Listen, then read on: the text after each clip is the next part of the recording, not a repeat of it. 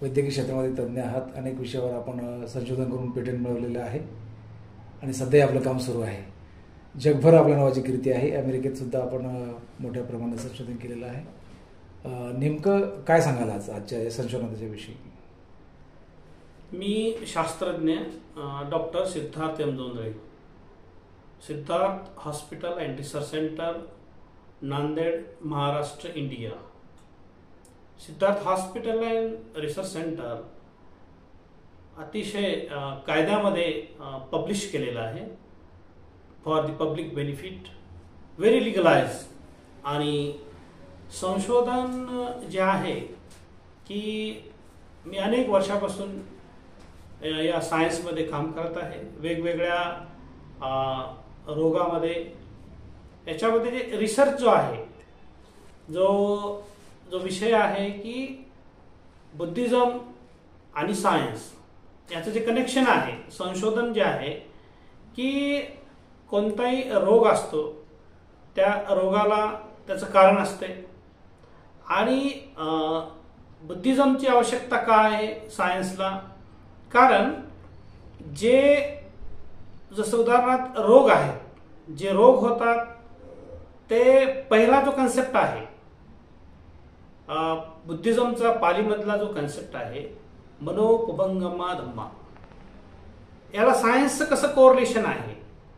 आणि जसं होमिओपॅथिकचे जे जनक आहेत डॉक्टर सॅम्युअल हॅनिमन आहेत आणि त्यांचं म्हणणं कसं आहे माइंड एव्हिला आहे आणि लॉर्ड बेकॉन आहेत रेफरन्सिंग सायंटिस्ट होमिओपॅथीचे आणि अरिस्टॉटल आहेत रेफरन्सिंग सायंटिस्ट आहेत.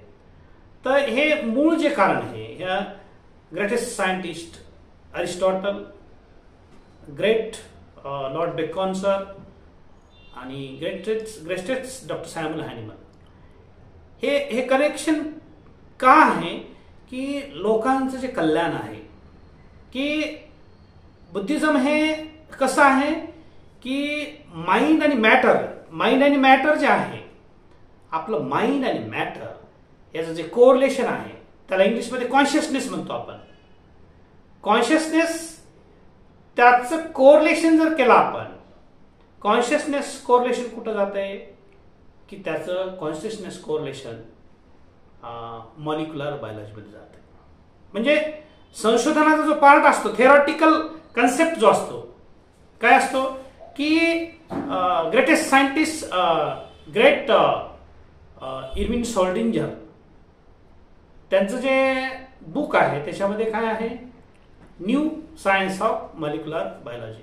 त्यांनी रेफरन्स काय दिलेला आहे की विस्डम, आपण पाली भाषेमध्ये पैया म्हणतो. पैया विस्डम म्हणजे पाली भाषेमध्ये पैया, महापैया धम्मा म्हणजे जे सायन्स जे आहे आपलं, जे इंटर कोरिलेशन जे आहे आपलं माइंड, मॅटर, कॉन्शियसनेस आणि सायन्सच्या भाषेमध्ये अवयवाचे रोग, डीएनएचे रोग, जीन्सचे रोग, याला जे कोरिलेशन जे काढलेलं आहे की जे ग्रेट सायंटिस्ट आहेत त्यांचा जर आपण रेफरन्स घेतला, त्यांचे जर सायटेशन्स घेतले, इकडे मेटाफिजिकल सायन्स म्हटलं तर पालीमध्ये डिपेंडंट ओरिजिनेशन म्हणतो आपण.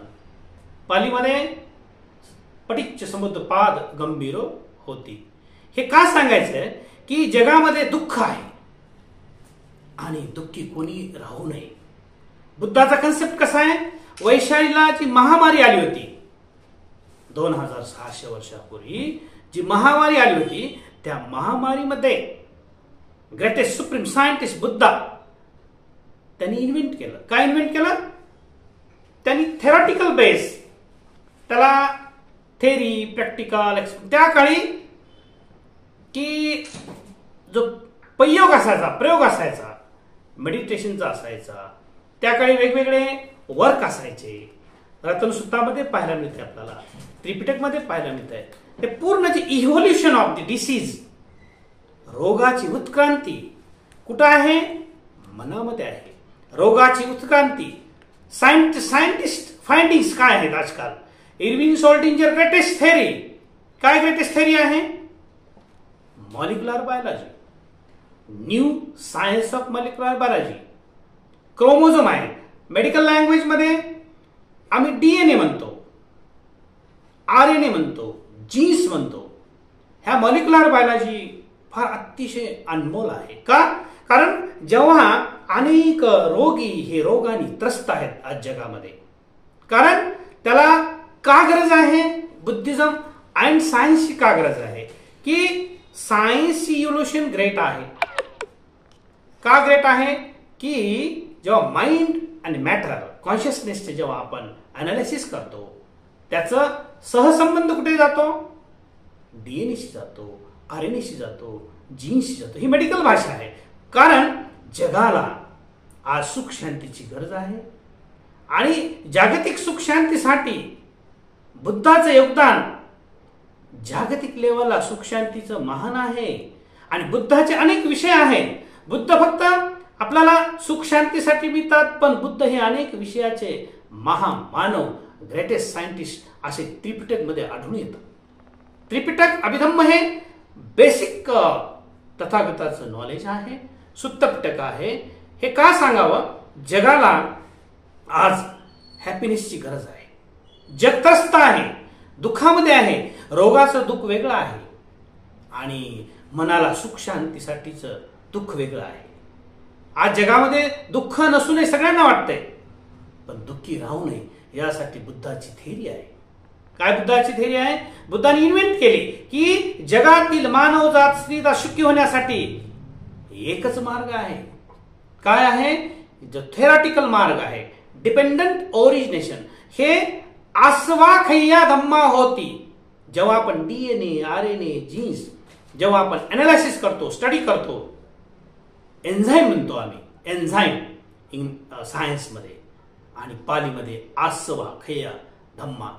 जे परमाणु, जे सबॲटॉमिक लेवल, जीन्सची स्टडी असते, डीएनएची स्टडी असते, इलेक्ट्रोफोरेसिस जे टेस्ट असतात, before after for the genetics test असतात, ह्या फार इम्पॉर्टंट रोगामध्ये असतात. आणि त्याचा बेसिक फाउंडेशन जर आम्ही बघितलं तर बुद्ध हे सुप्रीम सायंटिस्ट आहेत. कारण जगाला देण आहे. आपल्या भारत देशाची बुद्धाची जगाला खूप देण आहे. म्हणून जे संशोधन असतात त्या संशोधनाचा जगाला फायदा व्हावा, पब्लिकचा बेनिफिट व्हावा, हा माझा केवळ उद्देश आहे. लोक कल्याणकारी उद्देश आहे. त्यासाठी हे मी बुद्धिझम अँड सायन्स याचा लोकांना मी थेरीही प्रसिद्ध केलेली आहे. सर, तुम्ही बोलताना म्हटले हॅपी राहावं. नेहमी हॅपी राहण्यासाठी काय करावं?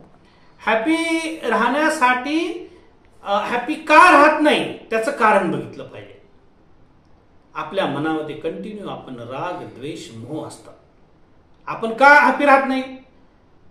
आपल्या दुःखाचं कारण, जसं रोगाचं कारण आसवा आलं, सायन्समध्ये एन्झाईम आलं, आणि आपल्या दुःखाचं कारण आसवा आलं, हे मेडिकल सायन्स आलं. पण हॅपी राहण्यासाठी जर राग, द्वेष, मोह हे मूळ जर आपण कमी केलं ध्यानाद्वारे, चिंतनाद्वारे, तर इंटरनल माइंड, जेव्हा आपल्या मनाचे दोन भाग आहेत, जेव्हा इंटरनल माइंड चेंज होईल तर ऑटोमॅटिक मनामध्ये सुख शांती निर्माण होईल. त्याला सुख म्हणतो आपण. सुख तयार होईल आणि दस्यंतो, पालीमध्ये दस्यंतो म्हणतात. कारण बुद्धांनी सायंटिफिक वे सांगितलेला आहे, विज्ञानवादी विचार सांगितलेला आहे की जग बदलण्याची एक गुरु किल्ली काय सांगितली की माइंड जेव्हा बदललं जात आहे तेव्हा जग बदलतंय. म्हणून हॅपीनेस जे आहे आपल्या मनात आहे आणि मनात हॅपीनेस जागल्यानंतर आपण बी सुखी राहतो आणि समोरचं व्यक्ती पण सुखी राहते. आपण सुखी तर जग सुखी असं म्हणतो आपण. तर हॅपीनेस हे आपल्या जवळ आहे. नंतर आपण शेअर केल्यानंतर दुसऱ्याला पण मिळते आणि दुसऱ्यामध्ये पण हॅपीनेस बघू शकतो आपण. सर, जगातले शास्त्रज्ञ कशा पद्धतीने काम करतात आणि आपली आणि त्यांची पद्धत कशी साम्य आहे का, काय नेमकं सांगायला या विषयावर? शास्त्रज्ञ अलग अलग विषयाचे असतात. फिजिक्सचे असतात, केमिस्ट्री असतात, बायोलॉजी असतात. अनेक विषयाचे अनेक शास्त्रज्ञ असतात. मेडिकल सायन्सचा जर विचार केला तर शास्त्रज्ञ जसं इरविन शोल्डिंगर ग्रेटेस्ट सायंटिस्ट सांगितले, थेरॉटिकल जे तुम्हाला मॉलिक्युलर बायोलॉजी सांगितली, की आज प्रत्येक सायन्समध्ये जर विचार केला अनेक शास्त्रज्ञाचा, तर प्रत्येकाचा केंद्रबिंदू आहे जग कसं सुखी राहील आणि जगाला सुख कसं मिळेल. प्रत्येकाने आपापल्या महान थेरी मांडलेल्या आहेत, पण सगळ्यांच्या थेरीना सन्मान आहे, रिस्पेक्ट आहे. पण बुद्ध जर त्या थेरी बरोबर आपण कोरिलेट केले, बुद्धाची थेरी जर कोरिलेट केली, तर जास्तीत जास्त जीवन प्रवास, जीवन, जग, विश्व समजण्यासाठी बुद्धाचं ज्ञान फार अनमोल आहे. आणि जीवन समजण्यासाठी, विश्व समजण्यासाठी कुठल्याही शास्त्रज्ञाला, कुठल्याही विषयासाठी ते कारणीभूत आहे आणि अनमोल खजिना आहे बुद्धाचा. सर, बुद्धाचं तत्वज्ञान जे आहे, विज्ञान, तर इकडे भारतामध्ये तुम्ही म्हटलं तसं इकडे स्वीकारलं गेलं आहे का? तसं बुद्धिझमचे ज्ञान जे आहे ते प्रत्येक ठिकाणी आहे. त्याच्यामध्ये स्वीकार जो आहे, बुद्धाचा जो स्वीकार आहे की काळाची गरज आहे. कारण प्रत्येक व्यक्ती सुखी होण्यासाठी धडपड करत आहे आणि सुख शोधत आहे. जगाला सुख शांतीची गरज आहे, देशाला सुख शांतीची गरज आहे. बुद्धाचा जो सिद्धांत आहे तो ह्युमॅनिटीसाठी आहे. कारण बुद्ध हे ज्ञान आहे. डिपेंडंट ओरिजिनेशन हा सिद्धांत जेव्हा म्हणतो आम्ही, प्रतित्य समुत्पाद जेव्हा सिद्धांत म्हणतो आम्ही, तो आमच्या मनामध्ये त्याला प्रस्थापित संशोधन करून तयार करता येते. जसं बुद्धांना जे ज्ञान प्राप्त झालं, कसं ज्ञान प्राप्त झालं? जेव्हा त्यांनी महान घोर तपश्चर्या केली. ती केवळ कशासाठी केली? दुःखाचं कारण शोधण्यासाठी केली. युनिव्हर्सल आहेत, बुद्ध हे युनिव्हर्सल आहेत, सगळ्या जगासाठी आहेत. त्यामुळे सगळ्या जगासाठी असण्यासाठी जगाला फायदा व्हावा. बुद्ध कळाल्यानंतर अत्यंत अनमोल बुद्धाची जगाला गरज आहे. जेव्हा बुद्ध जाणतो आपण, बुद्ध हे थेरी प्रॅक्टिकल एक्सपेरिमेंट जेव्हा जाणतो, तेव्हा आंतरिक मनाचं ज्ञान, बुद्धाचं जे सायन्स आहे, आणि बुद्धिझम सायन्स ऑफ सायन्स सुद्धा म्हणता येते. कारण जेव्हा माइंड अँड मॅटरचे तुकडे होतात, परमाणूमध्ये होतात, आणि एक वेळ असे येते जेव्हा हॅपीनेस, सरांनी म्हटलं हॅपीनेस, स्वतःपन्न, सकृतागामी, अनागामी आणि आनंद, जे real peace of the mind, खरे सुख आपल्या मनामध्ये, हे चार आहेत. आणि हे प्राप्त करण्यासाठी सगळ्या ह्युमन बिईंगची, सगळ्या जगातल्या मानव जातीची, स्त्री जातीची एकच धडपड पाहिजे की मला सुख कसं मिळेल, इंटरनल पीस कसं मिळेल, आध्यात्मिक सुख कसं मिळेल. कारण ह्या थेरीमुळे मिळतंय. कारण जी तपश्चर्या आहे ती सायन्सवरती सुद्धा आपल्याला मांडता येते थोडीफार, आणि सायन्सच्या पुढे सुद्धा ती जाऊ शकते. कारण सायंटिस्ट आज जगामध्ये काम करत आहेत आणि सगळ्या आपापल्या पद्धतीने करत आहेत. जसं पॉल डीराक ग्रेटेस्ट सायंटिस्ट आहे, आईन्स्टाईन ग्रेट सायंटिस्ट आहे, हे सर्व जे काही सायंटिस्ट आहेत, हायझेनबर्ग ग्रेट सायंटिस्ट आहेत. आपण विज्ञान जे आहे, जसं विज्ञान आणि सायन्स जे आहे, बुद्धिझम आणि सायन्स आहे, जे अनसर्टेन फाउंडेशन आम्ही होमिओपॅथिक मध्ये म्हणतो, आणि अनिच्छावत संखारा उपाद्वय धम्मिनो, चेंजिंग फॅक्टर आहे. बॉडीचे नियम, बॉडीची डीएनए आरएनए, ह्या रोगाची श्रृंखला जी आहे ती चेंज होत राहते.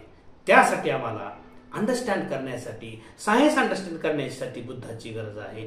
थेरी अंडरस्टँड करण्यासाठी बुद्धाची गरज आहे. जीवन अंडरस्टँड करण्यासाठी बुद्धाची गरज आहे. विश्व समजून घेण्यासाठी बुद्धाची गरज आहे. आणि आपला जीवन प्रवास समजून घेण्यासाठी बुद्धाची गरज आहे. म्हणून ही अनमोल थेरी आहे. कुणीही याचा वापर करून सुख शांतीसाठी वापर करू शकतो. कारण हे नॅचरल आहे. म्हणून बुद्धाची जगाला गरज आहे.